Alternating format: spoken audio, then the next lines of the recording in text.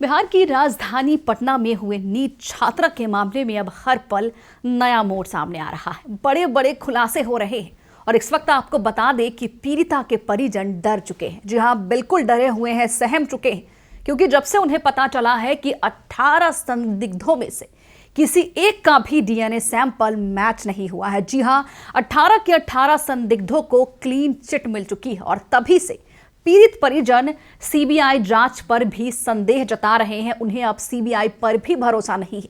साफ कह रहे हैं कि जिस तरीके से डीजीपी दबाव बना रहे थे, क्या भरोसा है कि सीबीआई सही जांच करेंगी, क्योंकि डीएनए रिपोर्ट में भी बड़ा फेरबदल किया गया।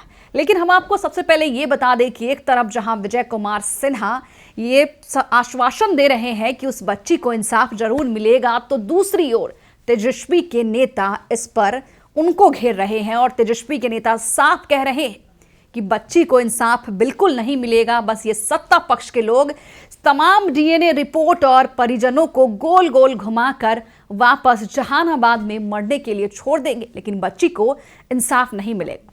हम आपको सब कुछ बताएंगे विस्तार से और इन दोनों नेताओं का बयान भी सुनाएंगे, लेकिन उससे भी पहले हम आपको बता दें कि सत्ता पक्ष के एक और बड़े नेता हैं, आरएलएम के प्रमुख हैं, जिनको यही नहीं पता है कि इस पूरे नीट छात्रा मामले में अब सीबीआई की एंट्री हो चुकी है। वो साफ कह रहे हैं कि हमें तो कुछ पता ही नहीं है कि कब केस सीबीआई को सौंपा गया, जैसे उन्हें बिहार की बच्ची से कोई लेना देना ही नहीं। नमस्कार, मैं हूं शालिनी सिंह और आप देख रहे हैं दर्श न्यूज। पटना में हुए नीट छात्रा के मामले में एक तरफ जहां बड़े बड़े खुलासे हो रहे हैं, लोग सड़कों पर उतर चुके हैं, इंसाफ की मांग कर रहे हैं, तो दूसरी ओर पूर्णिया सांसद पप्पू यादव शुरुआत से आज तक आपको बता दें कि हर रोज ये कोशिश कर रहे हैं कि उस बच्ची को इंसाफ मिल सके। और उन्होंने एक और बड़ा खुलासा किया है कि पीड़िता के परिजनों पर अब मुश्किलों का पहाड़ टूटने वाला है। उन्होंने सुपारी का भी खुलासा किया है। ये भी कहा है कि अब पीड़िता के परिजनों की हत्या की प्लानिंग चल रही है। 7 करोड़ में डील भी हो चुकी है। लेकिन दूसरी तरफ ये सत्ता पक्ष के नेता है, एक जो आश्वासन दिला रहे हैं, तो दूसरे नेता है उन्हें पता ही नहीं है कि इस पूरे मामले को अब सीबीआई को सौंप दी गई। चलिए सबसे पहले हम आपको उस नेता का बयान सुनाते हैं जिन्हें ये पता ही नहीं है कि ये मामला कब सीबीआई को पहुंचा।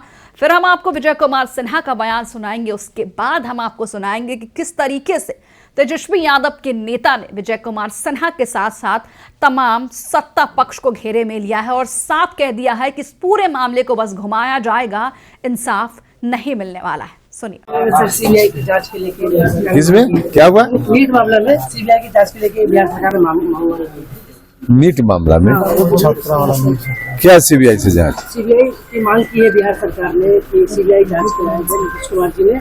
अभी हमको नहीं पता है भाई, जानकारी होगी तभी हम बता पाएंगे। इसके बारे में नहीं जानकारी हमको। ईडीसी की भी कोर्ट को लेकर अरे बाबू, तो कोर्ट का मामला है। तो चलिए, देखिए सरकार की नीयत साफ है। हम लोगों ने ईमानदारी के साथ काम करने का प्रयास किया। हम जहानाबाद में पीड़ित परिवार से मिलने गए थे और हमने कहा था कि आपकी एसआईटी से अगर जो जांच से संतुष्टि नहीं है तो ज़रूरत पड़ेगा तो सीबीआई को भी सौंपा जाएगा। और आज कल डीजीपी साहब से हमारी बात हुई, गृह मंत्री जी से बात हुआ, उन दोनों से हमको जानकारी मिली कि उसके परिवार के लोग संतुष्ट नहीं है। तो हम लोगों ने डिसीजन लिया कि सीबीआई से जांच करा दी जाए और भारत सरकार ने भी इसे स्वीकार किया है। पूरी तरह से न्याय मिले, अपराधी किसी भी कीमत पर नहीं बचे, ये सरकार सुनिश्चित कर रही है। कहीं कोई झिझक नहीं है किसी को कि न्याय के लिए सरकार सजग है। तो आपको लगता है कि सीबीआई के पास जाने के बाद जो पीड़ित परिवार है उसको इंसाफ मिल पाएगा, क्योंकि वो कई सप्ताह से जो है वो लोग एक तरह से कहें कि सड़कों पर हैं? नहीं, विषय उन लोगों का भी डिमांड था और उनके हम लोग मिलने भी गए थे, उन्होंने मांग किया था। तो हमने कहा था कि हमने कल डीजीपी साहब से, गृह मंत्री जी से हमने कहा कि लोगों के हम जब पारदर्शिता से काम कर रहे हैं और इनको न्याय मिले, सच को सामने आनी चाहिए। एसआईटी ने जो जितना काम किया है उससे कोई कमी रही है तो आगे सीबीआई उसको पूरी तरह से देखेगा। सर, बात उठ रही है कि क्या आप लोग इस चीज़ को आश्वस्त कर रहे हैं कि किसी भी तरह का भेदभाव, तो खैर सीबीआई को चला गया, लेकिन जो भी मामला बिहार सरकार की तरफ से होगा न्यायोचित होगा? निश्चित तौर पर कहें हम लोगों को न्याय दिलाने में पूरी ताकत से लगते हैं और न्याय के लिए ही हम लोग इतना संघर्ष कर रहे थे और इसको न्याय मिले ये हमारी पूरी तरह से संकल्प है। एक और सवाल सर कि परिजन को भरोसा ही नहीं है सीबीआई पर। वो तो चीफ जस्टिस की अध्यक्षता में इसकी न्यायिक जांच की मांग कर रहे हैं। कितनी साखेगिरी है सीबीआई की कि अब आम आदमी भी सीबीआई की जांच पर भरोसा नहीं करता। थाना बना दिया सीबीआई को। कटघरे में तो पुलिस शुरू से है जी। पुलिस अपनी करतूत के कारण वनडे से कटघरे में है। आपने ओवर ड्रग्स का मामला बता करके पल्ला झाड़ने की कोशिश किया। जब मेडिकल रिपोर्ट आए पोस्टमार्टम के तो आपने कहा कि रेप से इनकार नहीं किया जा सकता।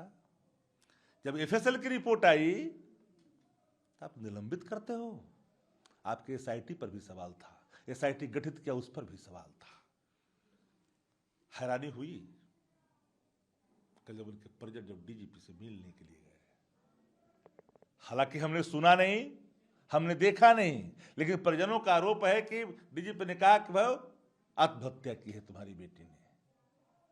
What is this? What is your job?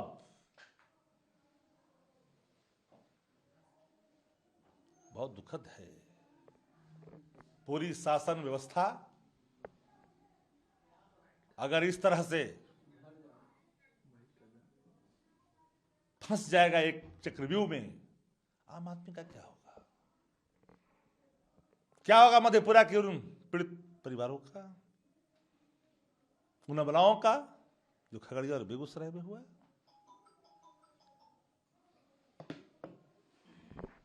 तो सुना आपने।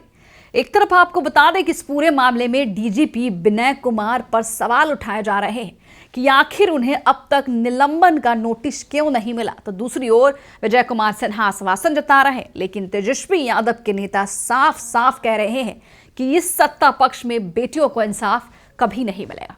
फिलहाल के लिए इस खबर में इतना ही, लेकिन आपकी क्या राय है हमें कमेंट बॉक्स में लिखकर जरूर बताएं। बने रहिए हमारे साथ और देखते रहिए दर्श न्यूज।